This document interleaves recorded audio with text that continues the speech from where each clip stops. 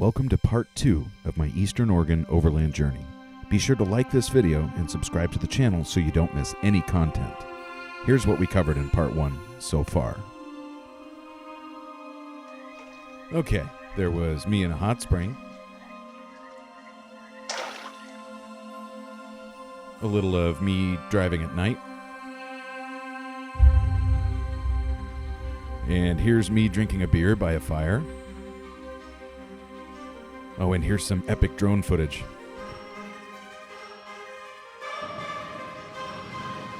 Here's me driving up a really steep hill.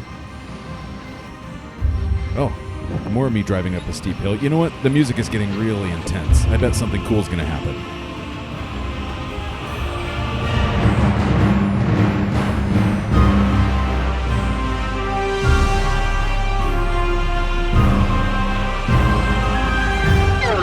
Okay, so maybe it isn't as epic as I thought. Anyway, here's part 2. Good morning. It's day 7. Had a really good time hanging out with Jason from Primal Outdoors while we were here at Willow Creek Hot Springs. Getting here was just a treat to be able to get into the hot springs and soak and just loosen up after that really rocky ride. Bad news, I broke my drone. I think I might be able to fix it, but I think I broke it.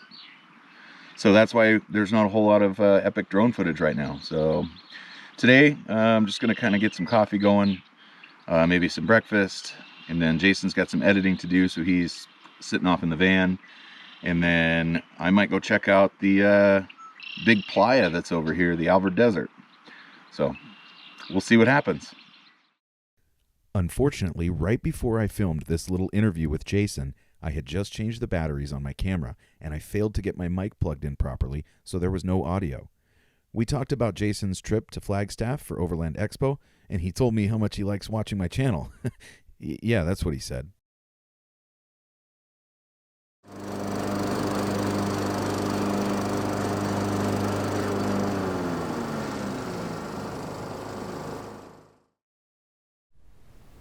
Well, as a trip out here to Eastern Oregon would not be complete, we've made it to the Alvord Desert.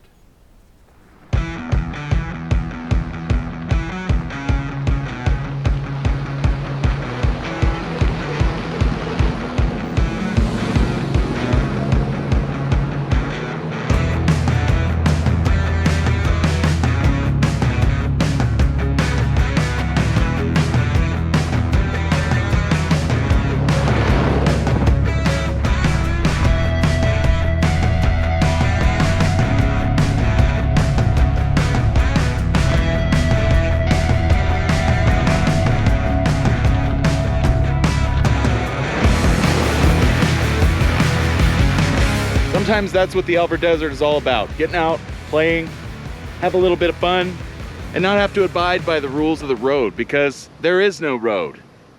The Alvord Desert is a dry lake bed at the base of the Steens Mountains, measuring 12 by 7 miles, and only averaging about 7 inches of rain a year.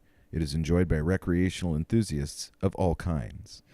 Well, that's kind of a bummer. I was actually looking forward to checking out the Alvord Hot Springs while I was here, but I can't seem to find a good way off the playa and up to the hot springs. And the only one that I found, the only access road that I found so far, is for the campground, and it says guest access only, so I don't want to get in trouble.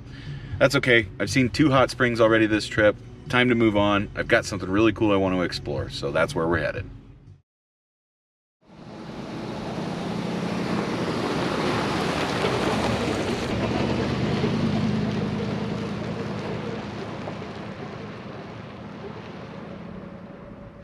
If you've talked to anybody who's been out here to the Alvord Desert, they talk about something, especially Donald, a lot. Well, I've always lived in fear of lake bed mud. This is lake bed mud. It can be absolutely treacherous. So anytime you're out here on the playa, you want to be on the lookout for lake bed mud. Lake bed mud. Because if you get stuck in lake bed mud, there's not a whole lot you can do. Lake bed mud is one of the worst kinds of mud out there. Right, Donald? Mud on a lake bed. Lake bed mud.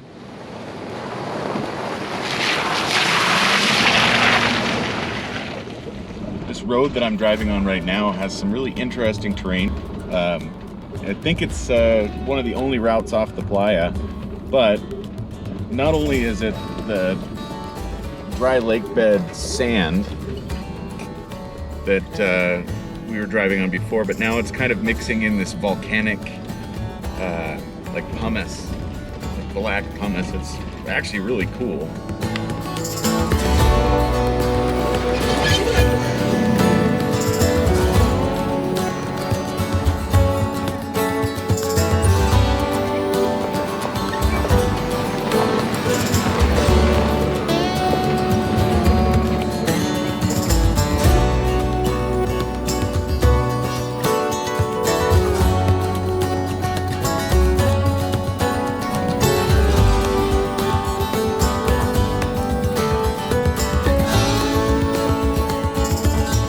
This has turned out to be one of the most beautiful spots I've driven on this whole trip. I mean, granted, I've seen some really, really great things, but just here, the Steens are like right there. Ah, it's incredible.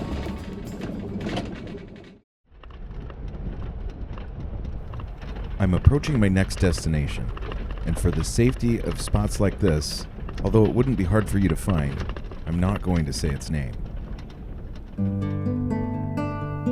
This unique geothermal zone lay quietly unnoticed in the southeastern Oregon desert until 1992, when steam and water began gushing out of the ground 6 to 8 feet above the surface. This is home to Oregon's only naturally occurring geyser.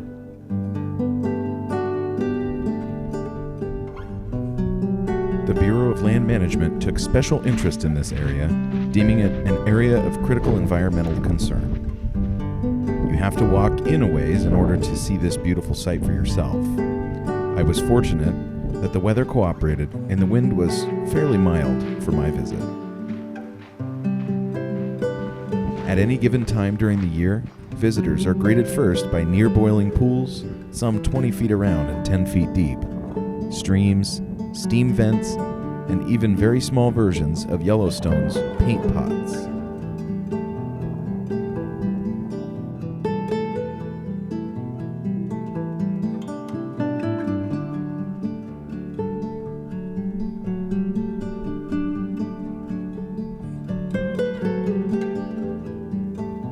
These pools can range in temperature anywhere from 170 to 206 degrees Fahrenheit, and the ground beneath them is very thin. I'm being very careful not to step in them or get too close to the edges.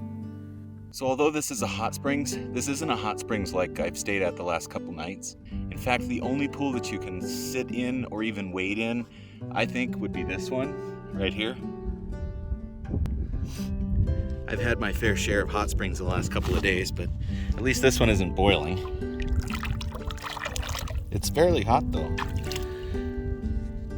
Considerably hotter than Heart Mountain or Willow Creek.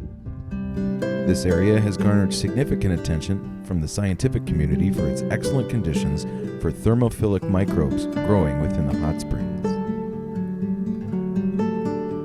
The ground in this area is covered in a thin white substance that looks like snow. This is sodium borate, better known as borax, and is totally safe to walk on. Over time, several of the 60-some steam vents and pools that used to be here have dried up, and scientists have deemed this environmental masterpiece as progressively waning towards extinction. With a little research, it wouldn't be hard for you to locate this unique and rare natural wonder and see it for yourself. If you do visit, please be careful where you step and keep a close eye on kids and pets. It's not every day you get to see a miniature Yellowstone right here in Oregon.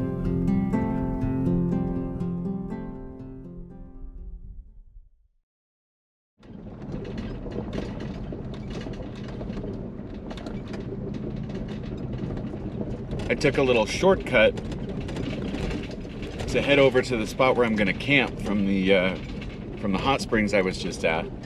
And this turned out to be one of the best roads that I've driven on this whole trip. And that's saying something, considering all these other roads that I've driven, all these miles that I've covered during this trip. So I really wish my drone was working so that I could give you a better idea But this is a cool little road.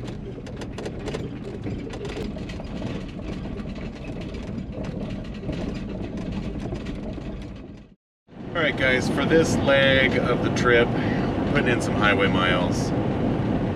I left the geothermal site and I had planned on camping along Steens Road there at a small lake. When I got there, there was already some people camped there and it wasn't very appealing. The Durango's been acting kind of funny, and so I checked my fluids and I'm running a little bit low on oil and a little bit low on transmission fluid. That's new. I haven't noticed anything like that before. I think we'll head into Burns.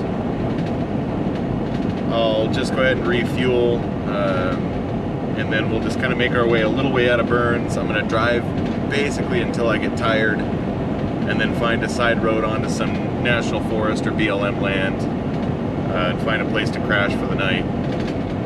So I'll keep you posted.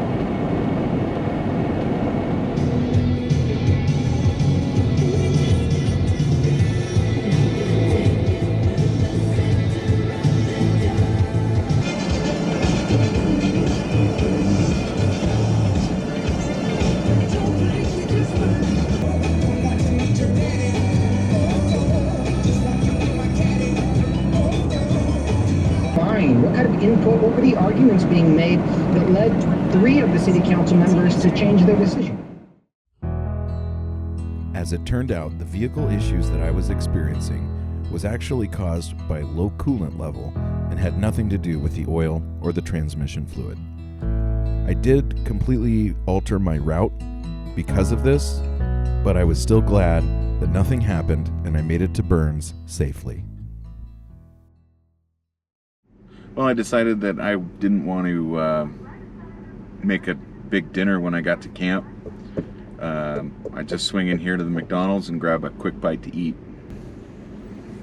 Thank you for choosing McDonald's. I can take your order whenever you're ready. Okay, can I get a number 7 with just a regular Coke and a 10-piece McNugget? Not usually much of a McDonald's fan, but you know, after being on the road for like 7 days, it actually sounds really good right now. All right, this one's for you. Have a nice night, sir. Thank you. Of all the radio stations I expected in Burns, Oregon, I don't think a techno station is what I was expecting.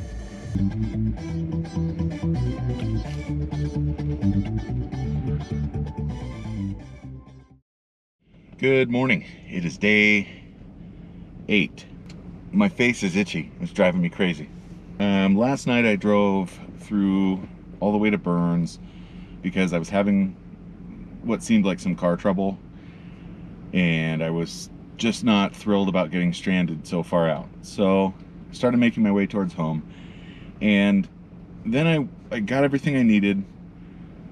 Everything is okay now, but I tried finding a place to camp, and I ended up in some OHV park, and it looked on the map like there was a lot more spots to like pull off and camp, which was the goal. But I ended up doing a little bit of off-roading, a little more than I wanted to, especially in the dark at 10 o'clock, 11 o'clock at night.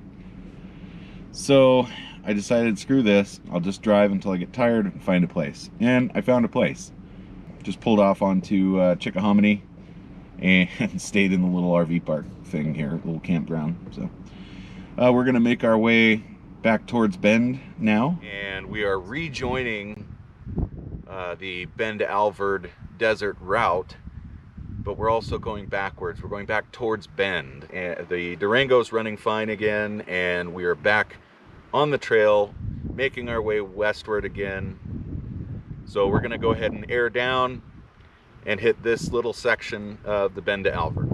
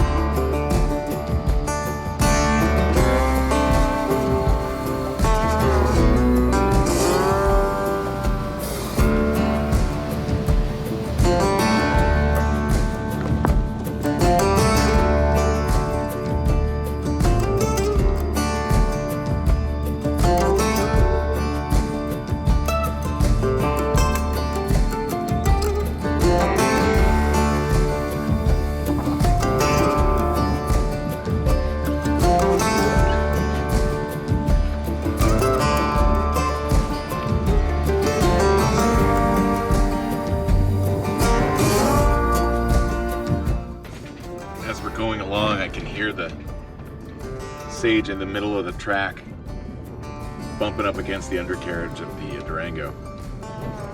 Kind of looking forward to putting that lift on.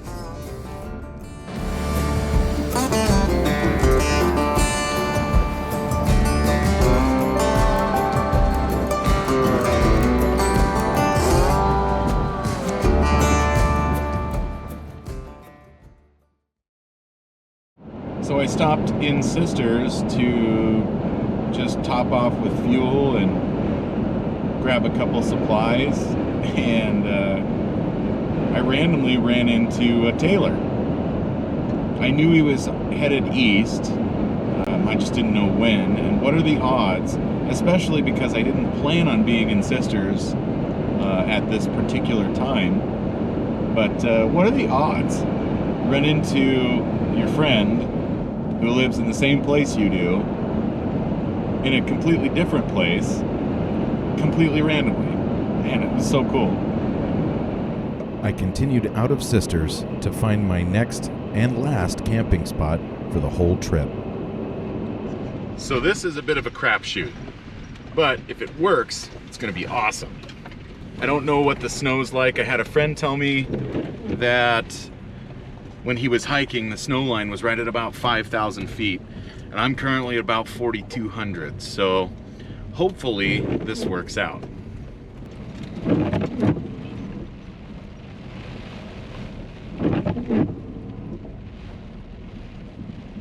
So I was really looking forward to staying at this place, but let me show you why we're not.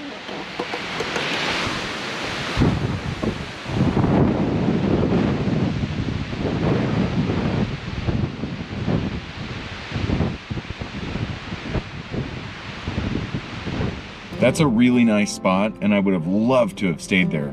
But without having something like a van or a trailer to get in and be out of the wind, it's really miserable. I can stay in the Durango, but the problem is I'm either sitting in this seat or I'm laying on the bed. There's no real comfortable place to sit and like edit videos or anything like that. So I usually do that sitting outside. So we're on our way now to find an alternate spot.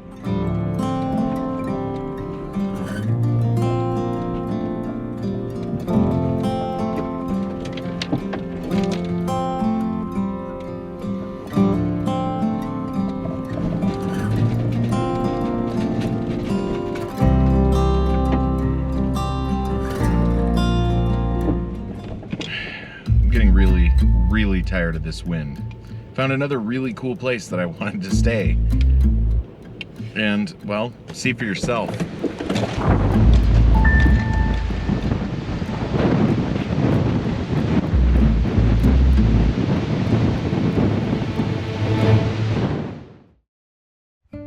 Well, I think we found camp for the night. It's a really nice little spot right on a creek. It's a good way to finish out a long trip.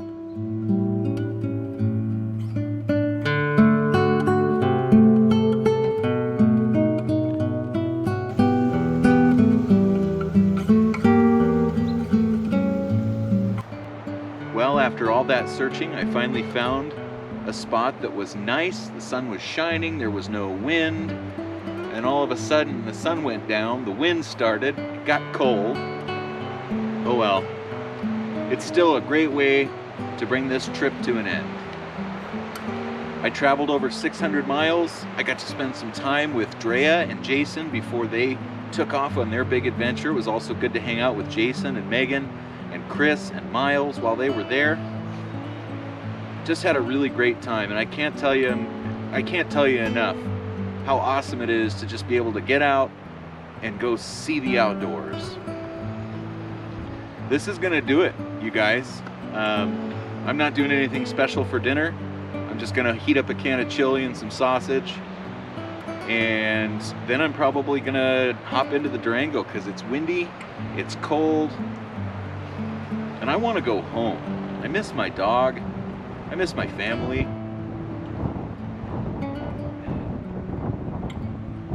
But anyway, thank you for watching. If you haven't already, please subscribe to the channel. Don't forget to find me on Instagram and Facebook at Out and Back Oregon. And remember, Always take the road less traveled.